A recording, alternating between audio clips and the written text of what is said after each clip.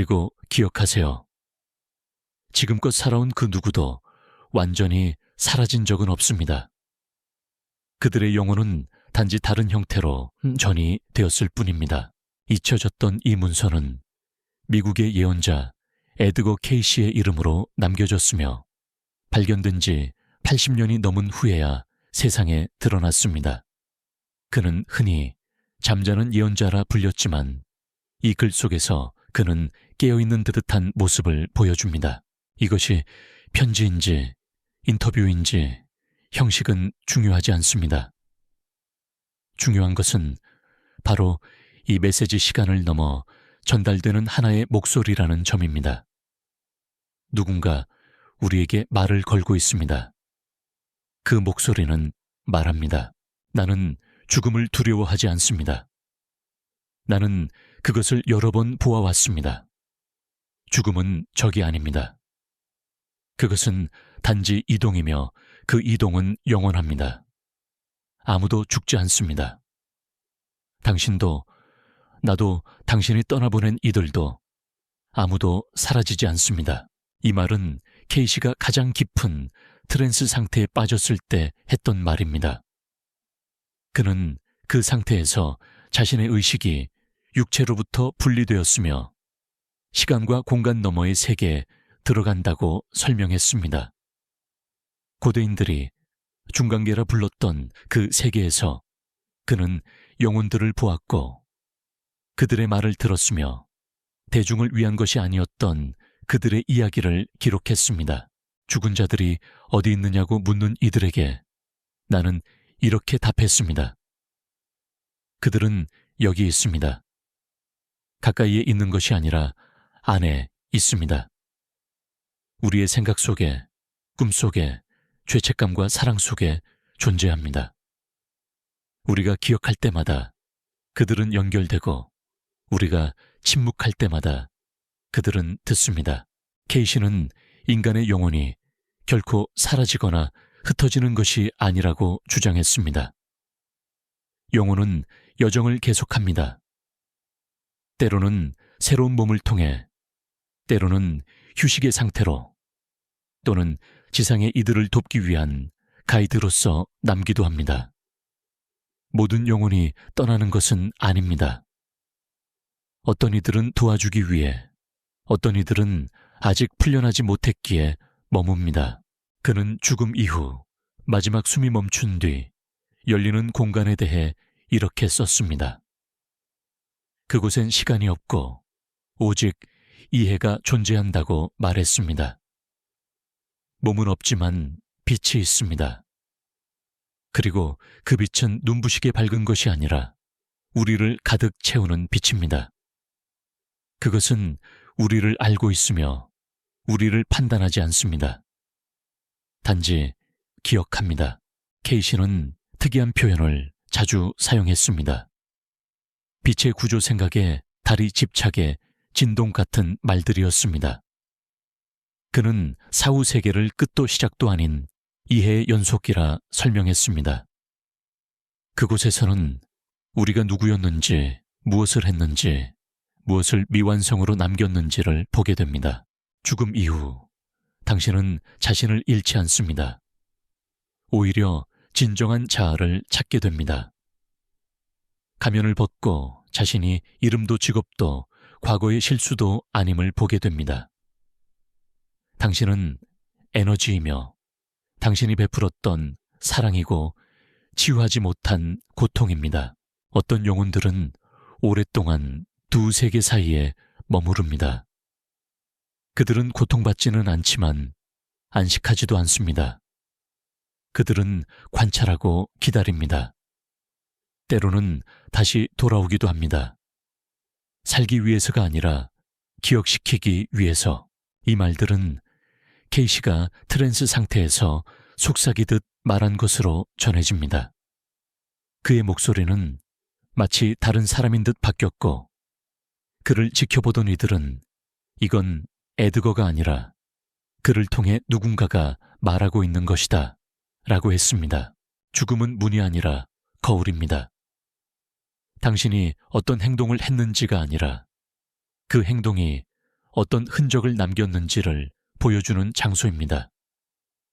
말이 아니라 말이 일으킨 감정을 보게 됩니다. 당신의 삶은 하나의 진동이며 그것은 사라지지 않습니다. 그는 죽음 이후 영혼이 진동의 장에 들어간다고 했습니다. 그곳에서 영혼은 명확성을 얻습니다. 그러나 그 명확성은 기쁨도 고통도 아닌 이해입니다. 천국이나 지옥에 가는 것이 아니라 자기 자신 속으로 들어가는 것입니다. 그리고 당신 주변 사람들이 느꼈던 모든 감정을 이제 당신도 느끼게 됩니다. 이것이 심판이며 신이 아닌 당신 스스로에 의한 심판입니다. 그는 말했습니다. 우리 스스로가 돌아갈지 아니면 남을지를 결정합니다. 강요하는 이는 아무도 없습니다. 벌주는 이도 없습니다. 오직 영원히 그 길을 선택할 뿐입니다. 많은 이들이 다시 태어나기를 원하는 이유는 미련 때문이 아니라 무언가가 아직 끝나지 않았기 때문이라고 했습니다. 말하지 못한 것, 이해받지 못한 것, 용서하지 못한 것들이 남아 있기 때문입니다. 그는 사후세계의 층위를 생각의 영역이라고 묘사했습니다. 그곳에는 물질이 없고 모든 것이 상태입니다. 걷지 않고 존재하며 말하지 않고 느낍니다. 당신의 형태는 당신의 진동이며 그것이 순수할수록 빛에 가까워집니다. 그는 자주 말했습니다. 빛은 신이지만 신은 존재가 아닙니다. 신은 기억이며 사랑이며 당신이 왔던 근원이자 결국 다시 돌아가게 될 장소입니다. 육체가 아니라 하나의 감정, 섬광으로서 말입니다. 누군가 사후 세계가 실제 장소인지 묻자 그는 이렇게 답했습니다. 그곳은 장소가 아니라 상태입니다. 모든 것을 들을 수 있는 침묵이 있고 모든 존재를 볼 수 있는 빛이 있으며 더 이상 숨을 수 없는 진실이 있는 곳입니다. 케이시는 트랜스 상태에서 죽은 이들의 영혼뿐만 아니라 아직 태어나지 않은 영혼들까지도 보았다고 말했습니다. 어떤 영혼은 부름에 응해 이 세상에 오고 어떤 영혼은 업카르마에 의해 또 어떤 영혼은 다른 이들을 치유하거나 용서를 가르치기 위해 고통을 감수하고 온다고 했습니다. 그는 말했습니다. 영혼은 왜 이곳에 왔는지를 항상 알고 있으며 죽음 이후에도 그것을 기억한다고. 우리가 지상에서는 있지만 죽음 이후엔 모든 것이 제자리를 찾는다고. 우연한 만남은 없습니다. 의미 없는 고통도 없습니다. 오직 경험만이 존재합니다. 오직 길만이 있을 뿐입니다. 케이시는 갑작스레 세상을 떠난 이들을 본 적이 있다고 말합니다. 그들은 자신이 죽었다는 사실조차 인지하지 못했고 사람들을 찾기보다 자신을 찾으려 했습니다. 그들은 두려움 후에 사랑 고통을 모두 느끼지만 그것들을 구분해낼 수 없었습니다. 이것이 그가 황혼의 세계라고 부른 첫 번째 차원입니다. 그는 이 차원을 회색의 장, 샹그레이필드이라 불렀습니다.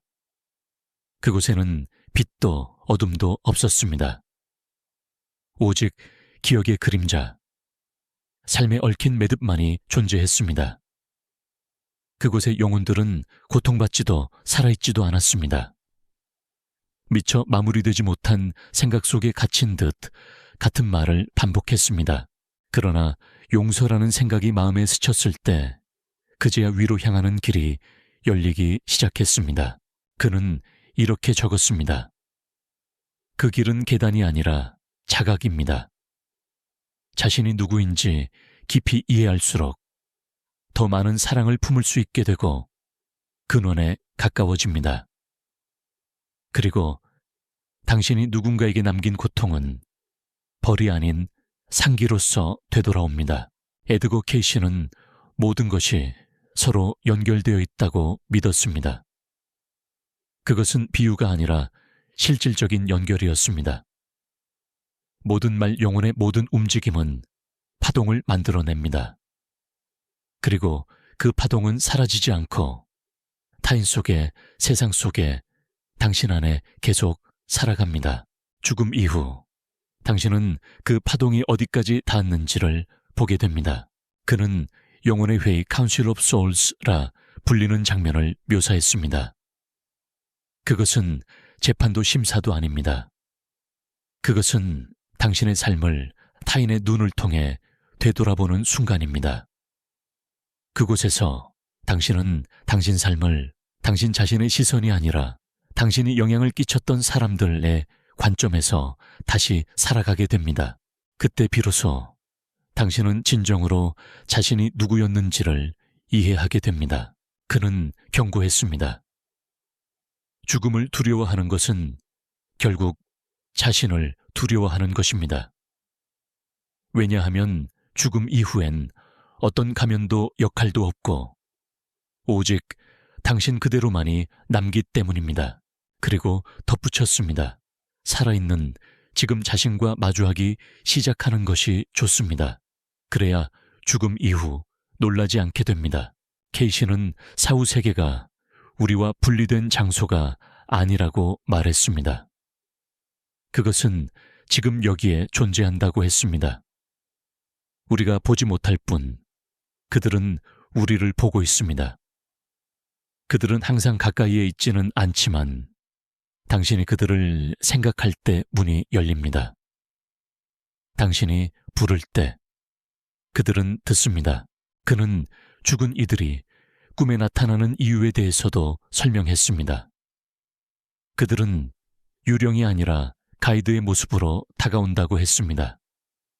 만약 꿈속에서 돌아가신 분이 아무 말 없이 나타났다면 그것은 말하려는 것이 아니라 그저 존재하기 위해 온 것입니다. 당신이 기억하도록 또는 놓아주도록 그는 또 말했습니다. 세상과 저 세계를 잇는 통로는 일방통행이 아닙니다. 살아있는 이들도 그 세계에 닿을 수 있습니다. 명상, 기도, 침묵, 고통, 음악을 통해서도요. 가끔 우리는 가슴속에서 들려오는 속삭임을 듣습니다. 이건 내 마음이야 라고 느끼지만 실은 그들이 말하는 것입니다. 케이시는 반복해서 말했습니다. 죽음은 끝이 아닙니다. 방향 전환도 아닙니다. 단지 선의 연장이며 그 선은 눈이 아니라 영원히 보는 곳 너머로 이어집니다. 당신이 떠나간 이를 위해 울 때 그가 말했습니다. 그들은 그것을 고통이 아닌 부름으로 느낍니다. 그리고 당신의 사랑이 두려움보다 크다면 그들은 감각을 통해, 바람을 통해, 속삭이는 듯한 내면의 목소리를 통해 응답할 수 있습니다. 모든 이가 그것을 들을 수 있는 것은 아니지만 누구든지 들을 수 있습니다. 그는 보았습니다. 영혼들이 살아있는 이들과 연결되는 모습을 경계를 넘어오는 것이 아니라 그들의 진동을 건드림으로써 이어지는 것을 가장 순수한 연결은 용서의 순간, 기억의 순간, 그리고 마음으로 드리는 기도 속에서 이루어진다고 그는 말했습니다. 말이 아니라 마음의 상태 속에서 사랑은 끝나지 않습니다. 형태만 바뀔 뿐 죽지 않습니다. 한 번은 트랜스 상태에서 케이시는 한 노부인의 모습을 보았습니다. 그녀는 이미 세상을 떠난 남편의 사진을 두 손에 들고 조용히 앉아 있었습니다. 말없이 가만히 그 순간 남편의 영혼이 곁에 서 있었습니다. 남자가 아닌 빛으로서 부드럽고 깊고 따뜻한 존재로 그는 말을 하지 않았습니다. 그저 존재했습니다. 그녀는 미소 지었고 그는 사라졌습니다. 그러나 그는 여전히 그녀 안에 머물러 있었습니다. 케이시는 말합니다. 이런 만남은 드문 일이 아니라고. 사람들은 그것을 추억이나 환상이라 부르지만 그는 말합니다. 이것이 바로 영혼의 현실입니다. 논리가 멈추는 곳에서 진실은 시작됩니다. 많은 이들이 묻곤 했습니다. 이게 환상인지 계시인지 어떻게 알 수 있나요? 꿈에서 누군가를 만났는데 그게 신호인지 그냥 꿈인지 어떻게 구분하죠? 그의 대답은 단순했습니다. 만약 깨어났을 때 마음이 평온했다면 그것은 신호입니다. 마음속이 따뜻해지고 고요했다면 그것은 신호입니다. 영혼은 언제나 평온함을 통해 말합니다.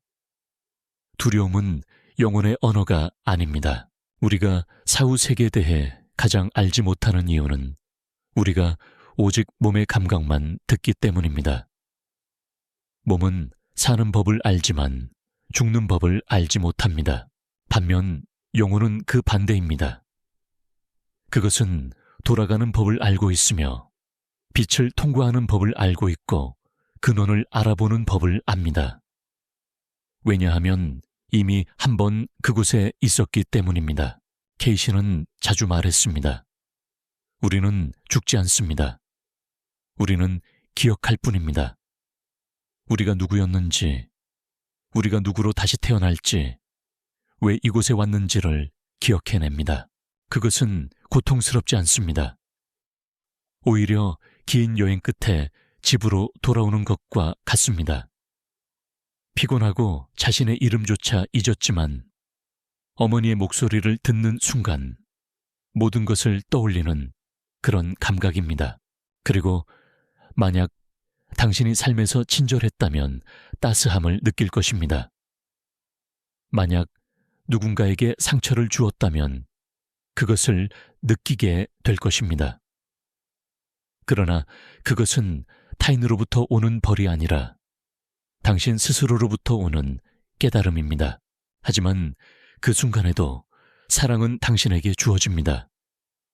그 순간에도 당신은 결코 혼자가 아닙니다. 왜냐하면 신은 심판이 아니라 비난 없는 기억이기 때문입니다. 케이시는 말합니다. 이해하기 어렵다는 것 압니다. 우리는 죽음을 두려워하며 자랐습니다. 죽음을 두려워하는 것이 살아있는 증거라고 배웠습니다. 하지만 저는 말합니다. 이해하는 것이 곧 자유입니다.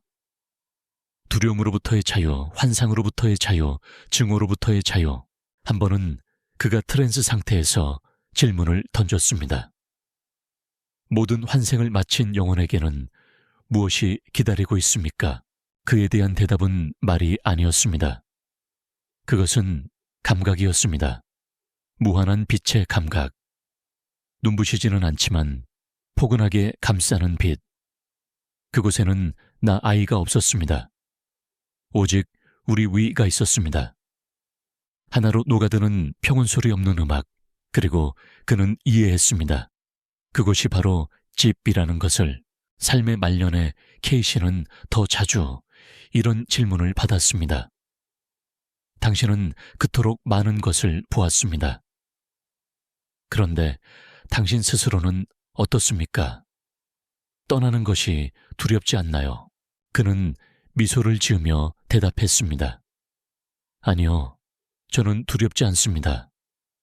왜냐하면 저는 이미 한 번 그곳에 다녀왔기 때문입니다. 죽음은 사라짐이 아닙니다. 죽음은 귀환입니다. 어둠이 아닙니다. 다만 다른 종류의 빛입니다. 그 빛은 눈을 멀게 하지 않습니다. 오히려 모든 것을 드러냅니다. 그곳에서 당신은 자신을 잃지 않습니다. 당신은 그저 불필요한 것을 벗어낼 뿐입니다. 사랑이 아닌 모든 것이 사라지고 두려움으로 쌓인 것들은 녹아내립니다. 그리고 마지막엔 오직 진짜 당신만이 남습니다. 나는 몸이 없는 영혼들이 서로를 껴안는 모습을 보았습니다. 생전의 원수였던 자들이 죽음 이후에 만나 자신들이 서로에게 스승이었다는 사실을 깨닫는 장면도 목격했습니다. 세상을 먼저 떠난 아이를 잃고 절망에 빠져 있던 어머니가 그 아이는 죽은 것이 아니라 다른 방식으로 살아있다 는 걸 이해하게 되었을 때 그녀의 마음에 평화가 찾아오는 것도 보았습니다. 나는 기록할 수 없는 음악을 들었습니다. 그것은 소리라기보다는 진동이었습니다. 마치 이른 아침 햇살의 따뜻함과 새벽이 오기 직전의 고요함이 어우러진 듯한 감각이었습니다. 그 진동은 이렇게 말하고 있었습니다. 모든 것은 괜찮아. 모든 것은 제자리를 찾고 있어. 모든 것은 집으로 돌아가고 있어. 한 번은 이런 질문을 받았습니다.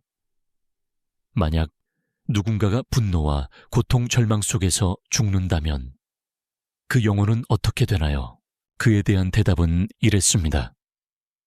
그 영혼은 그런 이유 때문에 외면받지 않습니다. 오히려 이해를 가지고 맞이됩니다. 왜냐하면 그 누구도 그가 어떤 길을 걸어왔는지를 정확히 알 수 없기 때문입니다. 저 너머에는 비난이 없습니다. 오직 기억과 연민만이 존재합니다. 그 순간 이후로 나는 단지 죽음을 두려워하지 않게 된 것이 아닙니다. 나는 삶조차도 두려워하지 않게 되었습니다. 나는 깨달았습니다. 모든 것은 연결되어 있고 모든 것은 잠시 머무는 것이며 모든 것은 가능한 것이라는 사실을 우리의 하루하루가 영혼의 일부임을 우리의 한마디가 흔적을 남기고 우리의 한 번의 손길이 진동을 남긴다는 것을 그리고 무엇보다 우리는 이미 불멸이라는 것을 알게 되었습니다. 불멸이 될 것이 아니라 우리는 이미 그렇게 존재하고 있는 것입니다.